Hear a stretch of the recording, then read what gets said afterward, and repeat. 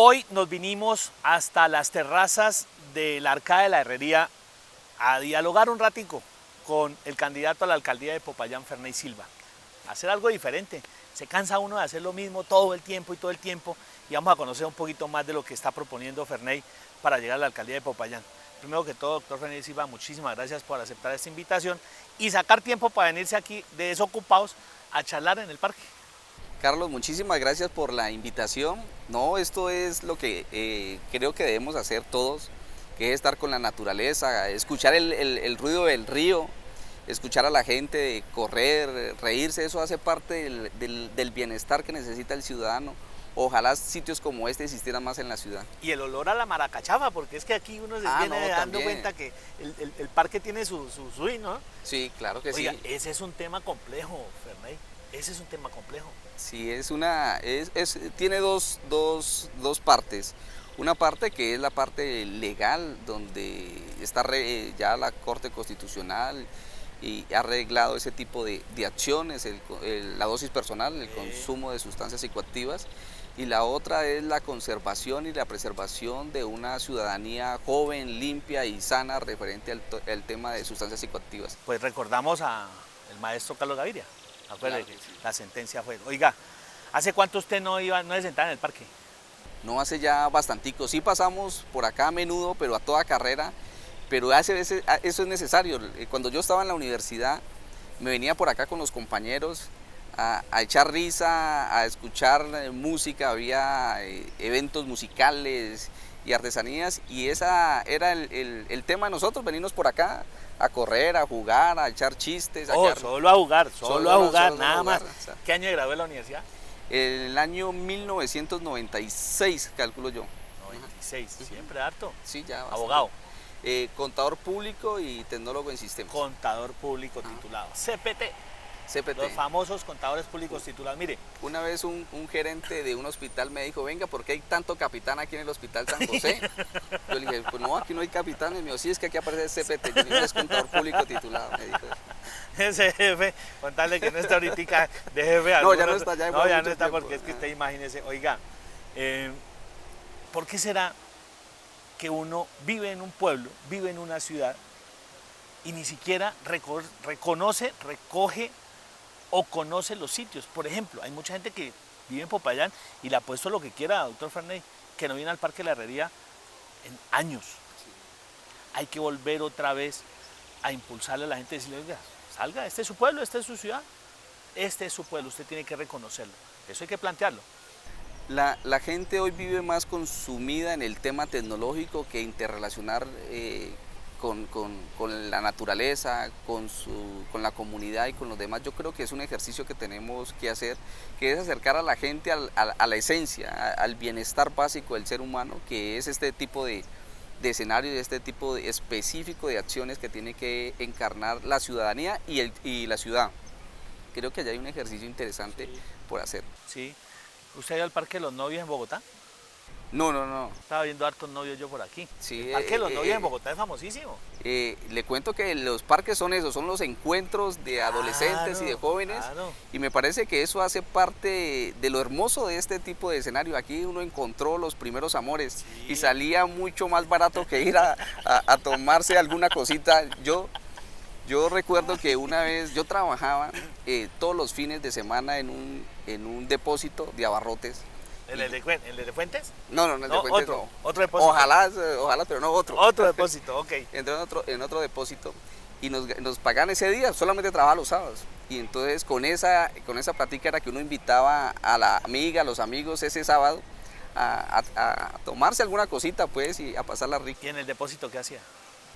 Vendíamos, en ese tiempo no había sumadoras ni calculadoras, entonces con una hojita hacíamos la cuenta y vendíamos y le entregábamos. ¿Le tocó a usted ayudar a pagarse la universidad? Sí, yo hago parte de eso. De combo que dice, bueno, mijo, ¿quiere estudiar? Trabaje. Sí. Tengo que decir que mis padres me ayudaron, pero nosotros tuvimos que aportar y trabajar para salir adelante. ¿Y la novia al parque? Era el único paseo que teníamos, que era darle vueltas a la manzana y ir con la novia al parque porque no había más para dónde llevarla. ¿Hace cuánto nos saca la señora al parque? No, ya hace bastante, Sí, hay que hermano. sacarla. Sí, hay que sacarla y hay que volver a retornar ese aspecto familiar y ese aspecto social, porque es que lo más importante es la familia, una familia unida con principios y valores es fundamental. Sus hijos.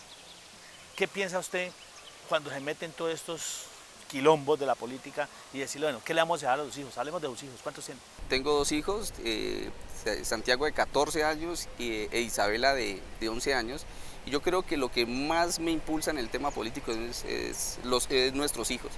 Yo tengo muchos sueños y tengo muchísimas esperanzas para mis hijos. Quiero que les vaya muy bien, que sean prósperos, llenos de salud. Pero hace mucho tiempo entendí que así como yo sueño lo mejor para mis hijos, entendí que todos los demás también tienen los mismos sueños para los suyos. Entonces creo que haciendo una ciudad mucho más justa permitimos que todos tengamos la capacidad de soñar y de corresponderle a nuestros hijos para que salgan adelante. No soy el único que piensa en sus hijos, todo lo demás lo pensamos. Sí, obviamente, uno piensa en los hijos y está haciendo ese ejercicio. Ahora la pregunta del millón es, ¿usted ha hablado con sus hijos en estas últimas semanas? ¿Le han preguntado algo del tema de la política? Obviamente, todo el que tiene un celular, y me imagino que los suyos también tienen como los míos y los de los demás, oiga, papá, vea, la camisa no le quedó bien, oiga, papá, mire que es que están diciendo esto, oiga, papá. ¿Hablan con sus hijos? Sí, sí, hablo con mis hijos, ellos a veces se preocupan, trato de permanecerlos, que no te sufran el estrés de la política, porque los jóvenes y los niños tienen que estar pensando en otras cosas, en recrearse, en estudiar, estar alejados de este tipo de situaciones que a veces se vuelven coyunturalmente fuertes, ¿no? Porque aquí hay unas competencias que a veces algunos no las convierten en sanas, sino en malsanas, digámoslo así. Pero trato, ellos me mantienen enterados, me mantienen preguntando, me dice, papá, ¿cómo te fue hoy? ¿Cómo te acaba de ir? Me parece que la cosa va bien, papá, no te vivimos en las redes, entonces ese tipo de cosas, ¿qué hiciste? Ese tipo de situaciones que ellos bien, pero trato de permanecerlos tranquilos pues en ese tipo de escenarios. Sí, y hay que alejarlos. Discrepo yo de muchos que utilizan los niños Chévere, los chinos son, los niños, es lo que hay que proteger. Los niños hay que protegerlos. ¿Qué le plantea usted a la ciudad para esos niños de llegar al alcalde? Yo lo que le digo es que le decía una vez en una entrevista, me decían que las instituciones están desprestigiadas y yo le decía que no, porque yo le decía, yo no conozco ningún escritorio de alguna institución que salga a hacer chanchullos o no conozco ninguna bandera de un partido político que le mienta al elector. Eso no existe, lo que estamos desprestigiados son los comportamientos de los seres humanos, la falta de principios y valores, y creo que tenemos que recomponerla. Y eso lo tenemos que hacer en la medida que el Estado comprenda que la familia cambió. El Estado sigue siendo el mismo, pero la familia ha cambiado. El Estado tiene que ayudar a ser instrumento de la nueva familia, de ese padre o madre que trabajan y laboran constantemente y que desafortunadamente por esa obligación de brindarles una oportunidad en el futuro, tienen que ausentarse un poco de eso. El Estado tiene que asumir cierto rol. La familia cambió, el Estado debe cambiar y por eso es importante construir principios y valores en todo el escenario educativo, que es la base fundamental del desarrollo de la sociedad. No existe más. Usted acaba de tocar un tema muy interesante y es el concepto de familia, hoy revaluado absolutamente, porque acuérdense, incluso hasta en la Constitución de hoy aún sigue siendo familia, la unión de un hombre y una mujer, y estamos dejando de lado un poco, por fortuna, sentencias de las altas cortes, pues han permitido que esa familia sea homoparental y también todo lo que tiene que ver con la concepción de familia de una manera global. La empleada del servicio hace parte de la familia. Sí. La persona que convive con nosotros también hace parte de la familia. Sí, hay que entender la familia como ese grupo que se apoya, ese grupo sobre el cual se soporta todo el vínculo de cariño y de afecto. Yo soy separado, tengo dos hijos y tengo una muy buena relación con la madre de mis hijos, excelente relación, y tengo una relación con mis hijos y eso hace parte del nuevo escenario de las nuevas familias. A veces creo que no solamente es el vínculo familiar como tal, sino el escenario y nuestro entorno. La muchacha del servicio, los vecinos, todo hoy conforma... El conductor, todo eso el jardinero, todos los que están en torno de uno se vuelven la familia. Oiga, cuando usted me dice separado, viene a la mente uno y dice, bueno, la pelotera, pero usted bien lo anota y dice, tengo una relación perfecta con la madre de mis hijos. A la larga eso debe superar cualquier tipo de situaciones. ¿Por qué pretender que todo tiene que ser a la fuerza, a los golpes, a la disputa? No, se puede hacer de una manera inteligente. De ese tiempo, de ese Ferney casado al Ferney separado, ¿Qué diferencias hay? Muchísimas, muchísimas. Yo creo que yo hago parte de esos ciudadanos, del ciudadano común que vive toda cantidad de dificultades, no solamente laborales, económicas, familiares, de ese ciudadano que se levanta muy temprano y se encuentra a veces en el día con que las cosas no salen como uno quiere. Pero sí hay una gran diferencia. Hoy soy un hombre mucho más aplomado, mucho más tranquilo, comprendo y entiendo mucho más las cosas. Uno la vida lo va madurando y los hijos lo va volviendo a uno mucho más integrado y familiar. Yo creo que a las otras personas que han estado al pie de nosotros también han sufrido esos cambios de manera positiva. Sí, claro. Y es que uno está en la vida para aprender. Claro que sí. Porque si pasa en la vida con tantas cuestiones que suceden y usted no coge experiencia, sí está fregado. La familia, su papá, su mamá.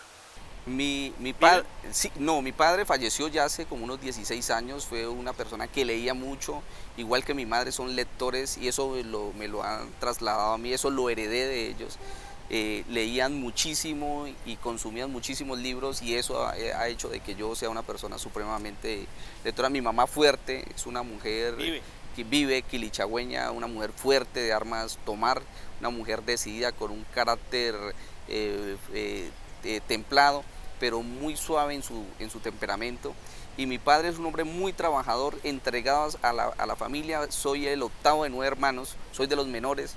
Ah, o sea, es el conchito. Sí, yo soy de los conchitos y mi padre muy entregado a nosotros, a los hijos, todo el tiempo entregado a nosotros y eso lo heredé. Por eso tengo un vínculo muy estrecho con el tema familiar, con el tema del afecto, del cariño, de los hijos, del entorno y la formación de principios y valores en la familia. ¿Qué hacen sus hermanos? Mis hermanos, tengo 2 hermanos que viven en el exterior, otro hermano vive conmigo aquí en Popayán, otro les ha tocado que emigrar a Cali. ¿Y los de afuera mandan dólares o euros? Euros, ellos están en Europa. ¿Sí aportan para la campaña o no? Esperamos que sí, todavía no se han portado, pero bueno, esperemos que aporten más adelante. Al final de cuentas tienen que llegar.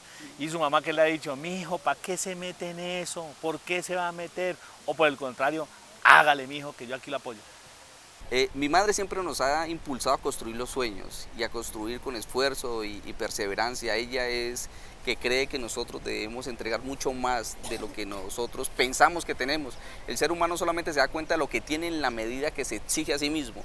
Mi madre nos ha impulsado a ese tema, pero yo reconozco que mi madre sufre más muchas veces que nosotros, porque en la mañana llaman, nos echan todas las bendiciones, en el mediodía vuelve y le toca llamar de uno por uno, porque no creo que su mamá tenga grupo de WhatsApp para decirle, mijos queridos, aquí los saludo, bendición para todos, chao. No, sí. Eso es individualizado. Ese es individualizado y todo eso, pero yo creo que con el que más sufre es conmigo, porque ella sabe que la política es un trajinar bastante fuerte. ¿De todos sus hermanos el único político usted? El único político.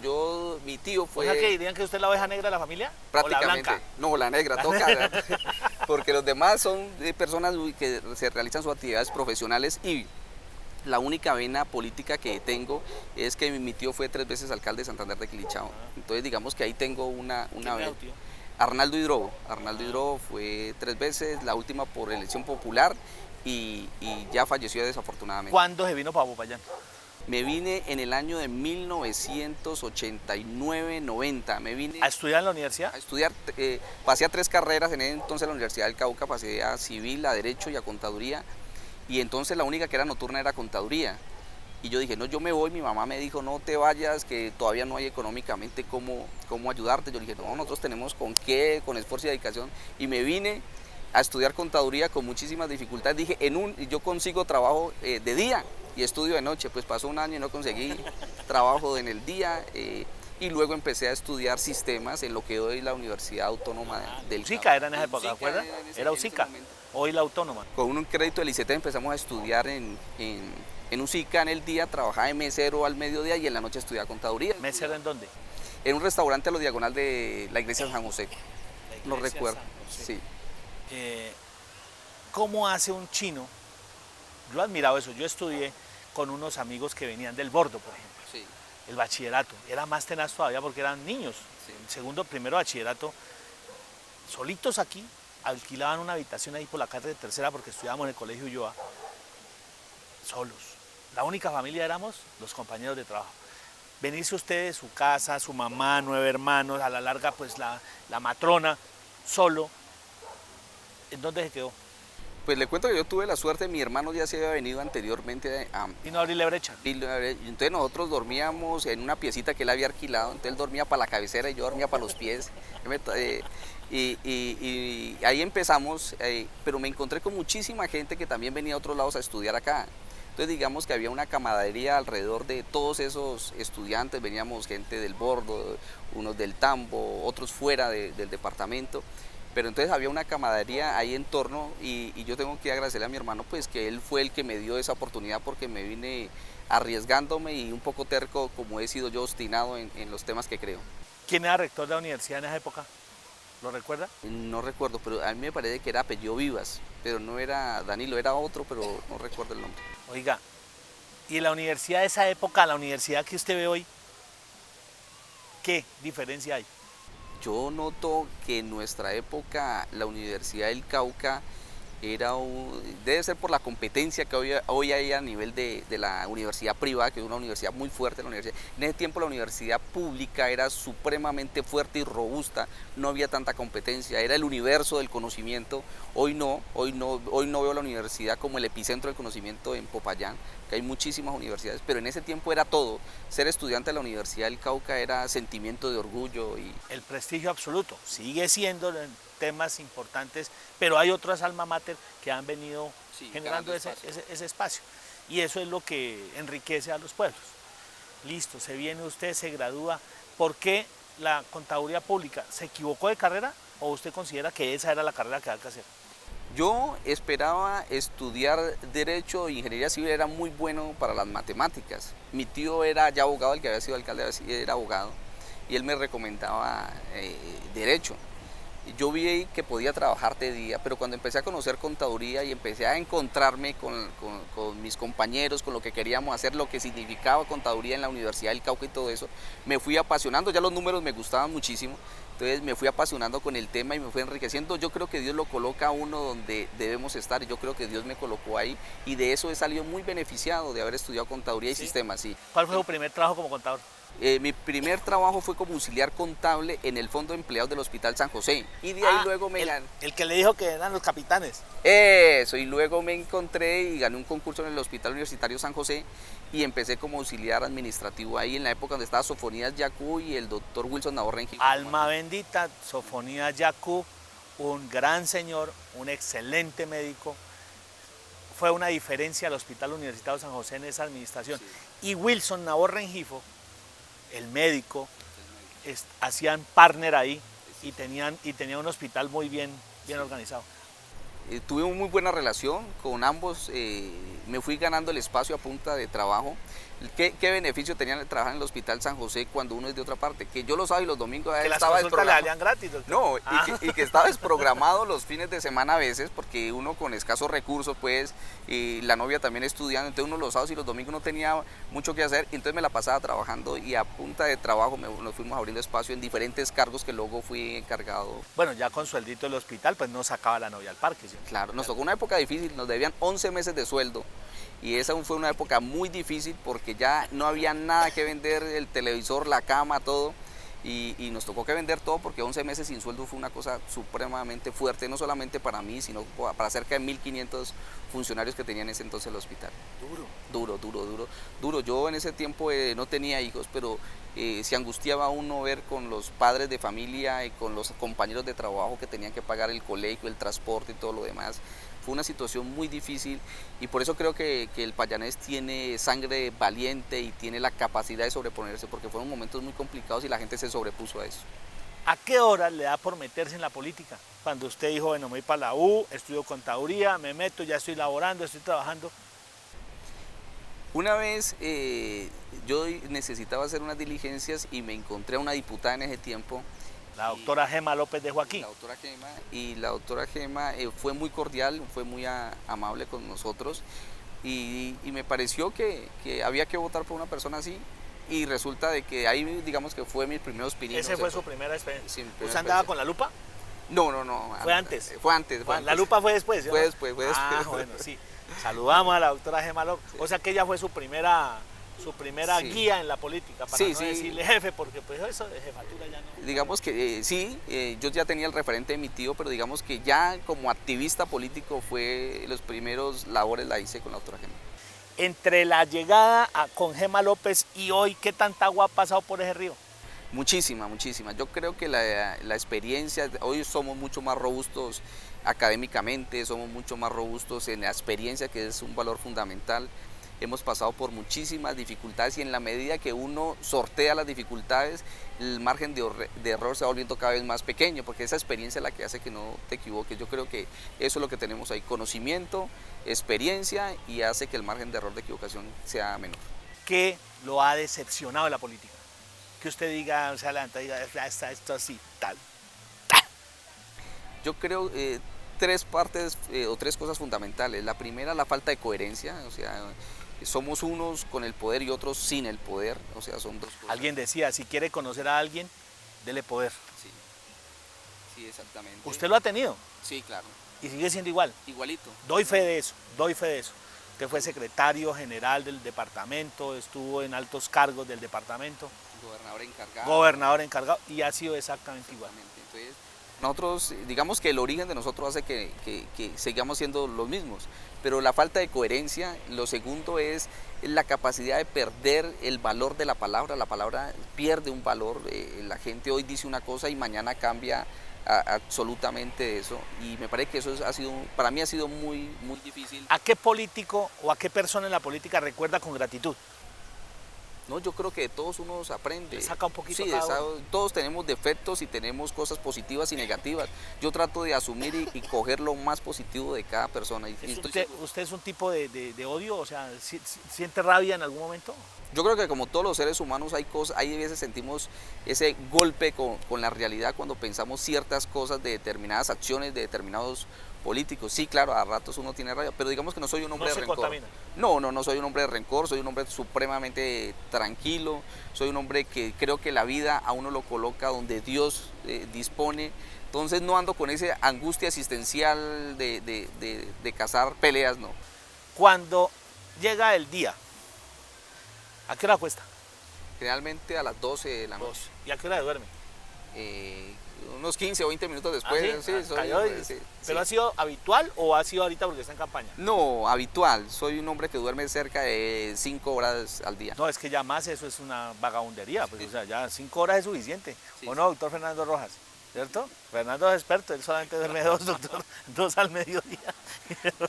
Oígame, cuando usted se despierta, ¿qué es lo primero que hace? Lo primero que hace cuando se despierta. Bendecirme. ¿Se echa la bendición? Sí, me echo la bendición. ¿Usted es agüerista? No, pero sí soy un hombre de fe y creyente. ¿No pasa por debajo de una escalera? No porque me vaya a traer mala suerte, sino que de pronto me cae la escalera encima. Puede ser, ¿sí o no? Uno, claro que sí. Uno no sabe. Uh-huh. ¿Ora mucho? Sí, converso y trato de conversar permanentemente con Dios. ¿Qué le pide en esas oraciones? Sabiduría. Yo creo que uno le tiene que pedir a Dios sabiduría para resolver los problemas. Todos los seres humanos tenemos la capacidad de resolverlos, pero es la sabiduría la que hace que la cosa sea mucho más justa y que nos permita a nosotros dormir tranquilos. ¿Cuál fue el día que se levantó o se emberracó y dijeron, Ferney Silva está berraco? ¿Y por qué es berraco? Yo creo que lo que más a uno le afecta es el tema de los hijos. Entonces hay momentos en que los hijos se ven afectados. Yo una vez se me fracturó el niño en la mano, tenía como 4 y 5 años y llegué pues angustiado a donde estudiaba el niño y era bastante incómodo porque con el niño con el hueso zafado ahí viéndolo, yo corriendo, era una cosa pues angustiosa. Y a uno que no le toquen los hijos. Sí, claro. A uno que no le toquen los hijos, porque ese es la esencia y el motor de la vida. Sí. ¿Le pasa a usted? Sí. Como a todo papá. Como a todo papá. Por eso interpreto mucho el tema familiar, el tema de la familia, el de los principios y valores. Yo creo que ahí está la esencia.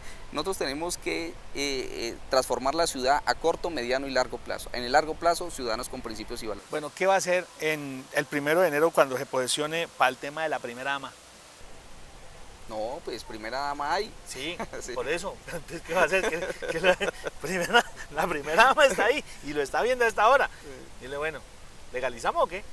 Sí, claro, claro, claro. Ahí Eso hace estamos. parte de lo que yo creo de la familia, claro que sí.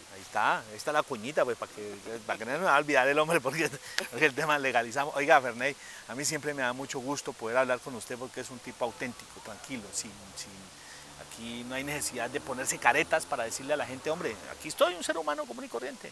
Sí, somos un ser humano con defectos e imagino que con virtudes también tenemos, pero sobre todo un hombre honesto, transparente, directo, con un carácter fuerte y un temperamento suave. Dígame su defecto que yo le voy a decir su virtud. ¿Cuál es su defecto? Obstinado, a veces soy obstinado en las ¿Terco? cosas, terco, terco. Yo reconozco, a veces soy terco. Que Le dicen por ahí no y se entonces, atraviesa por ahí. como mula muerta en camino estrecho, decían Sí, las sí, viejas, sí, las abuelas, sí, ¿sí o no? debo reconocer eso. Yo le digo su virtud, doctor Ferney Silva, ¿y sabe cuál es? Que usted es un hombre absolutamente sincero. Y le doy fe de ello porque cuando hemos tenido la posibilidad de verlo en diferentes escenarios, usted ha sido un hombre absolutamente coherente con lo que dice, con lo que hace y con lo que proyecta. Y eso debe tener algún valor a la hora de buscar un rédito para decir a la gente, aquí estoy. Si quieren que yo lo represente, voten por mí. Sí. Yo creo que eso es lo que le queda a uno. Hay tres cosas fundamentales que es dar un buen ejemplo porque son los hechos los que nos definen, no las palabras. Yo puedo decir alguna cosa aquí, pero si mis hechos no son coherentes con lo que yo digo, ahí nos desvirtuamos. La segundo es el tema de lo que nosotros podemos enseñar no solamente a través del ejemplo, sino lo que podemos darle a la gente. Yo creo que todo no lo podemos calcular, yo creo que a la gente hay que entregarle sin esperar nada a cambio. Parece una utopía, pero yo creo que es la construcción de una nueva sociedad. Y lo tercero, que creo fundamentalmente, es que la política es para servirle a la gente. Y soy un hombre que ha vivido en el medio político, que ha trabajado en el medio político, también en el sector privado, y creo que hay muchísimas más cosas por hacer, especialmente enseñar a través del ejemplo que hay virtudes y principios que se pueden colocar en la política a disposición de la sociedad. Ahí está Ferney Silva. Si cree que vale la pena votar por él, va a aparecer en el tarjetón en octubre en la alcaldía de Popayán. Doctor Silva, muchísimas gracias. Muchísimas gracias, Carlos, y un saludo a todas las personas que nos ven y decirles que aquí estamos de una manera honesta, transparente y con una propuesta independiente. Sí, señor. Ferney Silva.